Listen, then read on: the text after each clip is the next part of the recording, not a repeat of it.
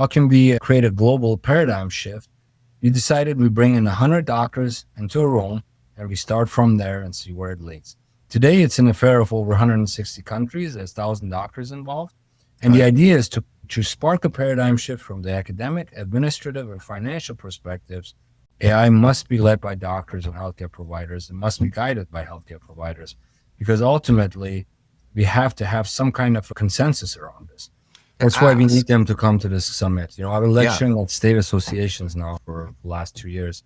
I go there and I have a room full of people, and there are people standing around because there are no more seats left. And they have the same thing on their face. They don't know where to start. They have they're interested, but they have this look that, hey, this is not going to happen anytime soon, or I don't know where to start, or where do we start? And it's always the same. And there's support staff too, the hygienists, the assistants, the front desk people. And we can really help them and orient them in the right way in terms of trusted individuals by coming out and participating in this event and actually listening and hearing them out to see what they want. That networking is going to be very important, but it's got to happen with healthcare professionals. AI isn't just changing dentistry, it's completely redefining it. Tune into Bite-Size Podcast, the dental AI and tech podcast, and stay ahead of the curve. Welcome to another episode of Bite-Size Podcast, where I have brought on an authority in dental AI, Dr. Kianor Shah. Super excited to bring Dr. Shah on. If you go online and you start searching dental AI keywords, he ends up popping up all over the place. I don't know if you've spammed Google or what you've done, but apparently Google sees you as an authority. How do I do it? Thanks for having me on the show. Yeah, well, it's good to have you here. Yeah, it's accumulation of educating, learning, attending conferences, and starting various organizations that are involved in artificial intelligence. Well, you've started quite a few, actually. I mean, I've gone through your site, your personal site, and I was a little bit kind of taken aback. Either you're somebody who starts things and quits really quick, or you start a lot of really good things and you work constantly. Option two. Second option. Well, I appreciate you coming on because I know that we can talk about some really cool stuff. Just to introduce you to the audience, just give us a short blurb on your bio a little bit, where you come from, and then I'd like to focus the conversation on the summit that you are putting on, which is going to be all about AI. It's the one in London this next year. So we can focus on that. But I'd like everybody to know who you are. Okay, the short version, I'm Dr. Kianor Shah. I'm a dentist and an implantologist. I spend about part-time of my professional life practicing dentistry, and the other half I work on the business side of dentistry. My journey started in Iran 30-some years ago. So you're 31. High school there. What's that? So you're 31 years old. Oh, I wish. Went quick. I'm turning 45 this year, but... Hey, you're a baby. Yeah, some say baby, but I felt like I was a baby yesterday, and now, we're going to our mid-40s. But Germany high school, undergrad at Western Illinois University, dental school at Southern Illinois University, did some fellowships in California thereafter, won numerous practices, and eventually got an MBA out in California to better my business acumen, which is certainly lacking in the professional education system in healthcare. Sure. And thereafter, I dived into starting the Global Summits Institute, which is now in operation in over 160 countries, where we have gathered the finest doctors to collaborate, network, maximize a consensus around healthcare and sort of have the third parties not interfere so much, because the patient-doctor relationship is sacred. And from that came lots of innovations, lots of projects. I believe the Global Summits Institute is involved now in 24 projects that either I sit on a board or I oversee or collaborate with various committees. And it's crazy. It goes on 7 days a week. It's been going on like this for 15 years where I just work. That's what I do.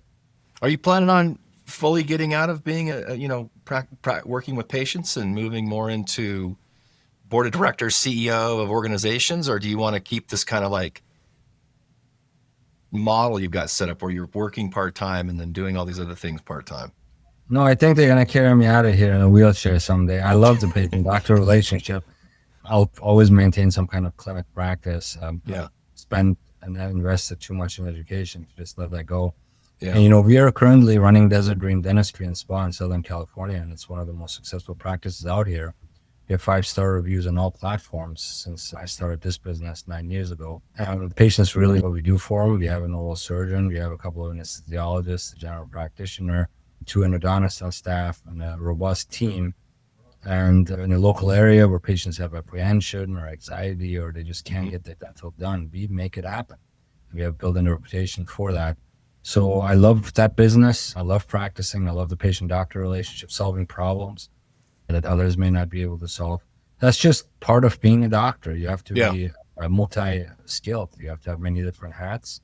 And with time, as you make those mistakes, you learn from them. So you run into a situation with Miss Jones and you're like, oh, I remember this patient from 10 years ago and this is how I solved this problem.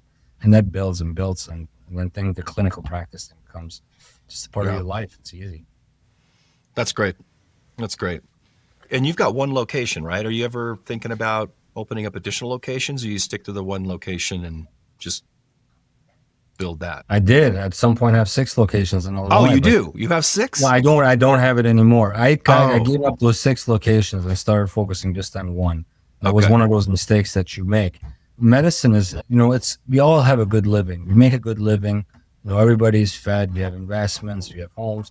As you stay focused, I do better in one location and than 6 I used to have financially, because I take care of these patients. I spend really good time with them. My associates all know our philosophy around here is much different than most practices. And that pays off a lot better than having multiple practices in my experience. And then when you have multiple practices, suddenly that joy just starts going away because you're constantly dealing with HR and other matters that just takes away everything we went to school for. I don't want that anymore. I want to focus on one practice, my set of patients. And that's one big problem with healthcare. Everybody's racing to get more practices, and then the quality goes to crap. And it's all about money and marketing, and they get into a situation where they constantly have to produce and produce more, and just to make ends meet. And it's a death spiral a lot of time. All you see in the media are the ones that are the group practices that are succeeding, and everybody thinks that's the best way to go for a healthcare provider. But I believe we should go back to our old model where we have more individual practices, we take care more of our patients, we continue improving our business acumen, taking more CE, and having a happy life versus chasing, being on a hamster wheel. Well, the model of doing that and being able to improve profitability, everybody wants to make a little bit more money, right?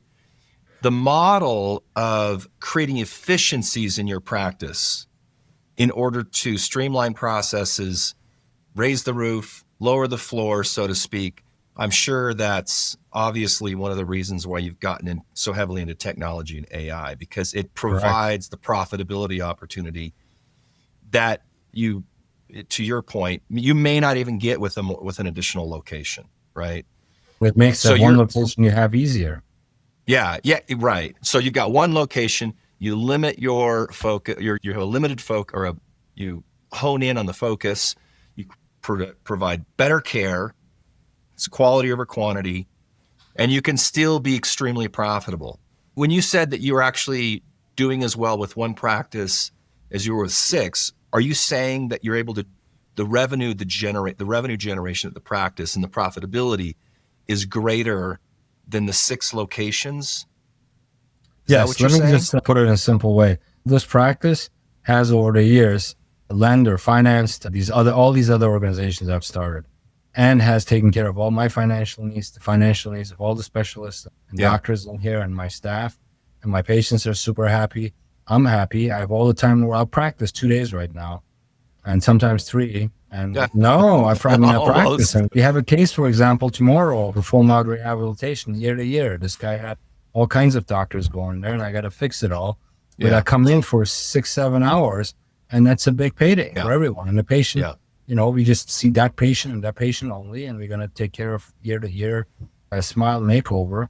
Right. And that's a lot better than coming in 20 days and making $2,000 a day. Got it. That makes. I'll tell you, there's a lot of doctors that's not the consensus. That's not the message that you hear in the industry. The message is more locations means more profitability, more free time. And you're suggesting that's not And that's the why case. half of my patients come here from those corporations, because they don't get the care they need. They tell me about it. This doctor numbs me up and runs out of the room. I don't even get a chance to talk to them. Yeah. I sit down with them for a half an hour and I establish a rapport. What's going on in your life? What are you trying to achieve? Where do you want to go with what you want to get done? So we hear all these horror stories from people that have gotten treatment in other countries or in these corporations. Although you have a beautiful office and nice equipment, doesn't mean you're really giving the patient the time of the day. Yeah. Doesn't mean That's quality. what people want. Yeah. The relationship is primarily the driver of a practice growth. It's how well do you take care of your patients? Will they come back? You know, so many doctors are looking for more new patients, and they're just walking out the back door. Yeah. And that's because of the quality of care, lack of quality of care in a lot of That's cases. what we went into medicine and healthcare for, was to help people. And then you got these corporates come out and they put one person on a poster board and say, hey, look, he's got 11 locations making $30 million. You don't mention the other 100 people that have fell and have Right. misery or went bankrupt or what have you. That's what model that they use. And I benefit from that. You know, although, you know, the more of these corporations, they probably outcompete every one of them here in town. Yeah. Well, I appreciate you sharing that. You're actually the first doctor that I've talked to that planted their flag on that. And the first doctor I've actually talked to that had multiple locations and went back from it. I know it's happened. I know there's other doctors that have done that, but that's the first conversation I've ever had about it. So I think that's a really interesting point and poignant. So I appreciate you sharing that. But that's not why we came today. We came to talk about the summit. So let me share my screen really quick, and then I'm just going to ask you a few questions about how this got organized and what your plans are. This is your website, top100doc.com, and you founded this, and you've got summits in here. There's all sorts of, I'm looking at the nav bar, ventures and partners and services and media, all that kind of stuff. We're going to focus in on the summit, but I want you to just take a moment and share with us what the intention of this particular website is to do and what your goals are with it. So in dental school, I learned all these things about ethics and benevolence and doctrines of medicine and beneficence and do no harm. And then I get out in the private public, in the private sector, and I start seeing all this stuff going on. It's very questionable. So I thought the way we're going to restore order back to the Hippocratic origins is by bringing in the best of the best from all over the world. And when I say best, it's these doctors that contributed something to the profession, be it from the innovation side, or they have some kind of a strong position in the supply chain, or they're educators, or they're from universities, what have you. And we started the Top 100 Doc with the same notion that, hey, they put 100 scientists in a room and they came out with a nuclear bomb. How can we create a global paradigm shift? We decided we bring in 100 doctors into a room and we start from there and see where it leads. Today, it's an affair of over 160 countries. There's 1,000 doctors involved. And the idea is to spark a paradigm shift from the academic, administrative, and financial perspectives of healthcare, which encompasses a very large closed-loop system of doctors setting the rules and then doctors guiding the direction of healthcare, of the healthcare industry, rightfully. So to join the movement here, to apply, what's the process? Does everybody get in? Is there a fee? Like, what's the membership process? And then what are the benefits of the doctors who are members? Because first of all, there's no fees. There's never been any fees. It's all self-funded. Goes back to my clinic. Nice. This guy's coming in tomorrow is going to help pay for this. It's self-funded, and we have never taken any capital from anybody. The application process is, you go on that link up there where it says nominate or apply. Right here. Yeah, you can start in the middle of the page also. And there's a form that you fill out. It take you about 10 minutes. You attach your CV and your photo so my people can do the marketing assets. And then it goes in front of the committee of regents. The regents are listed. The regents will elect each class. You're in the class of 2026 now. I encourage you guys to apply. And every December, we announce the next class. And on we go. Every 2 years, we have a World Gala where we bring in everybody from around the world to sort of talk about our progress. We just had our second one in Italy, which was a grand success. We had about 600 doctors there. Oh, that's fantastic. Gala and Congress.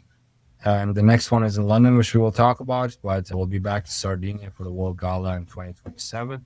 And you'll get a lot of benefits. And first of all, at the gala, these people get a Lifetime Achievement Award for having done something selflessly for the healthcare industry. You get networking, you get plugged into this system, this ecosystem that you're building that has all sorts of things in it that will not only further your career, but will leave you a legacy behind that you can be proud of. This website organically gets over 10,000 views a month. When people search these doctors, they come to this website, they realize these guys have done something. They've gotten a Lifetime Achievement Award or something of that scenario. And it benefits them, but it benefits us also because it plugs us into every country and their governments and their dental processes. And with these summits, we can further our agenda on every level. That's why it's called the Global Summits Institute. So the one that's coming up, in 2026 in London, let me go to actually the summit here, the Global Consensus Summit. This is focused on AI. The previous ones weren't, though. Every year it's been something different. In 2018, it was the implantology. Then it was an executive summit. Then there was the world. Every year it's different. We do one a year. And this particular topic is very important because it's aggressively shifting the way we do things in healthcare. Right. And it is a Wild West. There's no consensus around it. There's no safeguards around it. Everybody's doing whatever they want. And if we don't, we lost a lot of our autonomy to these corporate operations and these hedge funds and private equity and what have you. We got to lose it all if we let AI get out of control. AI must be led by doctors and healthcare providers. It must be guided by healthcare providers because ultimately we have to have some kind of a consensus around this. There needs to be an ethical framework. There is nothing out there. Nothing. From stopping anybody from creating a software product and starting to sell it and completely bypassing HIPAA regulations, encryption, and cybersecurity issues. All of that. Yeah, if that's what you're trying to create a community to discuss this and hopefully develop or create an implementation for some consensus on the ethical use of AI, like you'd be the first organization to do it. Correct. It's not out This there. is the first of its kind event. You're going to have a consensus breakout session with the government officials. There's also potential royals that are looking at this startup, might be here from Britain, Saudi Arabia, but it's inviting all healthcare providers and their support staff to come and listen to what these entities, these regulators, these accreditors, these keynote speakers and experts around the world are thinking about AI, so we can start thinking about building this framework. ISO, the International Standard Organization, has 2 papers on AI with ADA, and that particularly is about 2D radiograph analysis. This was like 2 years ago when Pearl... It's just diagnostics. The other ones were coming. And they're so far behind, they don't have the manpower. There's no organization that's really sitting around and saying, hey, let's look at this and let's start building something around it so we can preserve patient dignity. Doctors have some kind of a guideline to follow. They should be ultimate decision makers because AI does make many mistakes. And then the governments and regulators and accreditation bodies can start following some kind of a guidance and oversight of this so we can all mutually prosper to the benefit of the patients. Because that's what we are all here for. You know what, Dr. Shah, there needs to be an accreditation, not for the doctors, but for the companies developing products that are being sold into the industry. Now, you can't stop somebody from selling an AI software product to dentists, but what you can do is create some kind of a certification that they can use to say, I've gone through the process, and that process might be a standardized HIPAA compliance issue related to AI, which HIPAA doesn't even have anything in its regulations about AI, and there are some gaps and holes in how that are inevitably going to come to light. But there needs to be something like, so we have our agent, our AI receptionist agent called Annie. I'd like to have a certification badge or something like that saying, hey, I went through the process of the vetting process to get this accreditation, this certificate, which will create a sense of, social proof and a little bit of authority, and to set some type of an ethical standard in terms of protecting EPHI. Are you guys doing anything like that? You'll meet the HEX Commission in London. We put together a commission of multiple dentists, medical doctors, pharmacists, optometrists, chiropractors, as well as medical philosophists to tackle these type of issues and have an accreditation body that's a global scenario that oversees regulators and governments regulation, because they're also out of control. But that's on the agenda at the HEX Commission. Hopefully you will attend and participate. And this is something we will look at to have what we call the Hippocratic Seal, where we will thoroughly vet organizations and set certain guidelines that they would have to follow to earn it. And that would give you the badge that you would essentially be able to have some kind of credibility behind these products. But yes, we're certainly looking at that. Yeah, no, what you're formulating here, and you're obviously, I mean, you've done this for 3 or 4 years now. It's still early in all of these conversations about the integration of AI into all sorts of different tools and the way in which any healthcare provider would be leveraging AI. I mentioned to you in our prep call that, Heartland just got slapped around by a class action lawsuit because they're using a company called Ring Central to manage their phones, and they were using conversations. They were recording the conversations and using those conversations to train an AI agent that would then be used to develop AI agents for other practices. Now, this is something that has never come about. Like, this is happening. This type of scenario is happening because AI has new capabilities. And so whatever happens in this lawsuit, there's probably going to be there's going to need to be a few lawsuits to start figuring out, where do you draw the lines? Are you allowed to use a conversation that's recorded between a patient and a doctor to train a software system?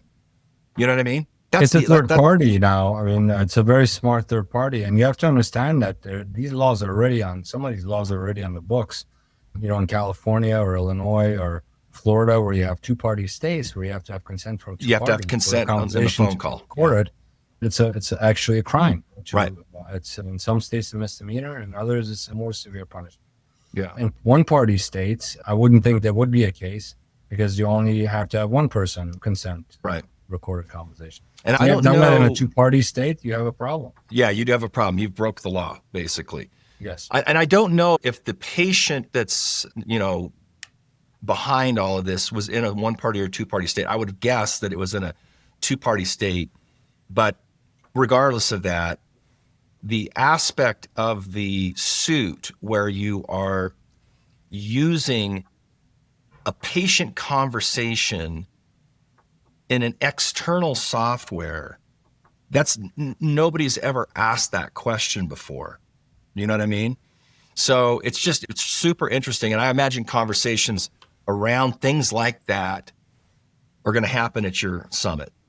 Yes, it's a great concept. I predict that they will look at it like Anna, like your software, or all these other front desk, receptionist type softwares. They're going to be looked at persons. They're even yeah. And the issue is, always protecting the patient privacy. And so I did a podcast with Tammy Powers from Adams Brown CPA, which they do cybersecurity and stuff. And one of the things that she brought up in regards to cybersecurity or protecting the practice in regards to AI is everybody needs to update their privacy policies and include AI language inside of that privacy practices policy, right? Because when we build websites, we put a privacy policy based on the practice on the site. You can click to it and read it, right? There's no language in the ones that we've been using, and I doubt most website companies are not creating privacy policy or privacy practices policy with AI language. Like, I'm going to be using your conversations to help train AI software in my office or something like that. Or diagnostics, right? We'll be looking at your X-rays, and those are being used in an AI software product. There's no language around that currently, right? Yes. There's also another problem that goes with this is our administration currently is wanting to put a stop to any regulation of AI for 10 years. That's very dangerous. That needs to be remedied with the appropriate lobbies. because this thing, there's some predictions out there that's going to replace the need for humanity within 30 years. It's like a 30% chance now. Yeah. And they're reducing that to 20 years. Now they're reducing that to 10 years. And it's just, okay, you guys don't want to regulate this thing? It's a beast that's running around that's going to render us. Because at some point, AI is going to get to a point where it's going to not work in our best interest. It's going to work on its best interest to keep in the itself interest alive. of the software itself. Yes. Yeah. And that's a problem. And it's a big problem that needs to be addressed, because they did an experiment, and I can't tell you who, but they put two AI operations next to each other and talking. And after 2 days, this AI developed its own language, and they couldn't even understand what they were talking. I heard about that article on TikTok. It was crazy. They shut it down. I mean, this is because they couldn't understand it. Yes. But the They're AI talking is their own language. Unbelievable. Yeah, there's some pretty wild stuff that's happening in the medical industry. You need to be hyper focused on where we're going to have spillage. The other problem with AI stuff is it's susceptible to hackers. So you've got to make sure everything's encrypted, dialed in on encryption. And in my space where I'm doing marketing, I'm seeing new marketing AI tools hit the market almost every day. Correct. Like, it's crazy. Can't keep up with it, right? You can't keep up with it. And who knows, half of these companies are probably some dude in their underwear in our mom's basement that's built something overnight. And there's no concern for EPHI. If there's underwear. But if he's wearing underwear, right? But ultimately, I was talking to a guy the other day, and I was telling him, hey, this is actually a pretty good idea that you have these bots that you're putting out to manage social media posts and whatnot. And it's just one guy. Literally what you're saying. I started this 3 weeks ago. I'm like, do you have any proprietary software? He's no, I was taking it from here and here. Yeah. And then I came up with my own. And it's okay. Well, credibility is going to be a big issue for you, but a lot of people don't know. And they're not even thinking about regulation or patient dignity or anything like that. Well, the software developers aren't, and the dentists don't know which questions to ask. They don't even know how to qualify what might be a good, a well-built, encrypted, HIPAA-compliant piece of software. They don't even know what questions to ask. That's why we need them to come to this summit. I've been lecturing at state associations now for the last 2 years. I go there and I have a room full of people, and there are people standing around because there are no more seats left. And they have the same thing on their face. They don't know where to start. They're interested, but they have this look that, hey, this is not going to happen anytime soon, or I don't know where to start, where do we start? And it's always the same. And there's support staff too, the hygienists, the assistants, the front desk people. And we can really help them and orient them in the right way in terms of trusted individuals by coming out and participating in this event and actually listening and hearing them out to see what they want. That networking is going to be very important, but it's got to happen with healthcare professionals. You go to school for they have to get involved for sure. Yeah, they have to. The discussions have to be set by the doctors, not by, it needs to come from the ground up. Bingo. Because the doctor is going to be more concerned about the patient relationship than the software companies and the government bodies. You have to start this from, how do I protect my patient and the relationship that I have with my patient? And they have a vested interest to do that, because if they don't, they get sued or they lose trust. So really the values are most well found in that doctor-patient relationship.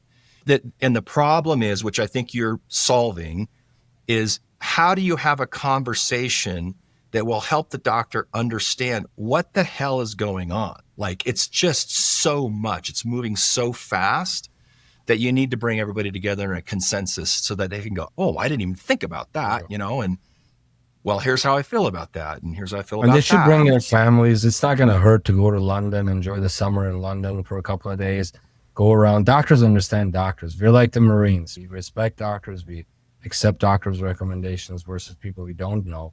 That tight clique that's going to develop out of this particular event is going to guide a lot of what's going on in the future. And then, you can write off your travel expenses for a summit and your continuing education. And that's just a win-win all around for the doctors and their support staff to come out and enjoy a few days with us across the Parliament at the Elizabeth Queen Center in London.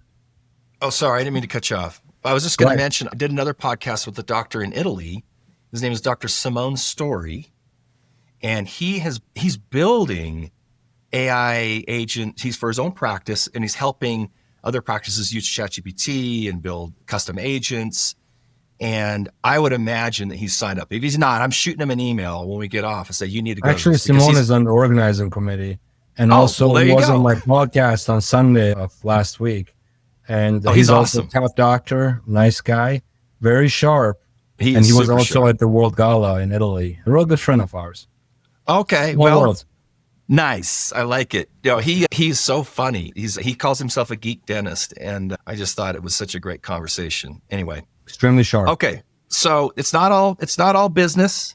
There's some community, friendship, hanging out stuff going on. You're not going to just come out, go to meetings all day, and send you back to where you're from. You'll fall in love with the Institute. In Italy, it was like a family. Everybody was becoming friends. You're now all talking. They come into we have an elite unit called the Dream Team that pulls all the strings. It's all like brothers and sisters now. And we're creating that network that doesn't exist anymore. These third parties have destroyed everything. Now we're getting it back, and we're all going forward with a common cause. And we can all, kind of hold each other's arms and then raise each other up versus be on our own single practices isolated from the world. And that's what the healthcare industry needs to fix a broken system globally. After somebody goes to the summit and they build all these relationships, do you have some kind of a communication platform where they can kind of connect with each other ongoing? Correct. Through your platform? Is there a forum or a chat room or? Yes, we do. We're on a live chat with all of the people. The more they're involved, the faster they make it into the Dream Team. But the first step starts with applying online on that TOP100doc.com. We look at everyone's credentials. Age doesn't matter. We have some that are in their 20s. We have some in their 60s and 70s. It's all about if you have the right mindset, you got the right moral fiber, and if you're really wanting to help the healthcare industry preserve this profession for the future generations, for our sons and daughters who might want to get into this profession, or if you want to give it up all for some promises by these corporations now and a total takeover later. So we have to decide as doctors. We created this mess. We got to fix it. I love it. This is great. What you're doing is fantastic, and the vision you have and the ethical basis for going about it and the concerns around technology and AI and because it's not going away. You can't, this stuff is coming. Never. It's here. Technology that prevails and has any chance of improving quality of human life never goes away. They said that about internet. They said that about smartphones. Now they're all using it. All those critics, they can't live without it. Yeah. Because that will put us back into the 1930s if we lost the internet and cell phones now. Life was a lot different in the 30s than it is now. You have to embrace it and you have to control it. So you remember the 30s? You're not fine. I just read about it. I mean, they were riding around in horses, I guess, in New York around that time. In New York, they had horses and carrots and stuff like that. And now you have, they're writing software in their underwear and they're from the basement. It's all their mom's house. Because they don't know how to go out and have human conversations with other people because they're Gen Zs and they're weird. Awesome. So everybody watching, take a serious look at going to London next year, coming out to the summit and getting involved. Become part of the solution. Don't ignore it. I love what you're doing. I'll put all the show in the description, the show notes. I'll put all the links to your site and the summit and the registration. And I want to have you on again. Adrian, I wanted to also take the time to commend you on what your organization has done. We as doctors can't do everything alone. We need support staff from experts like yourself and all that you have done for thousands. Literally, I think it's over 10,000 clinicians that benefit from your project.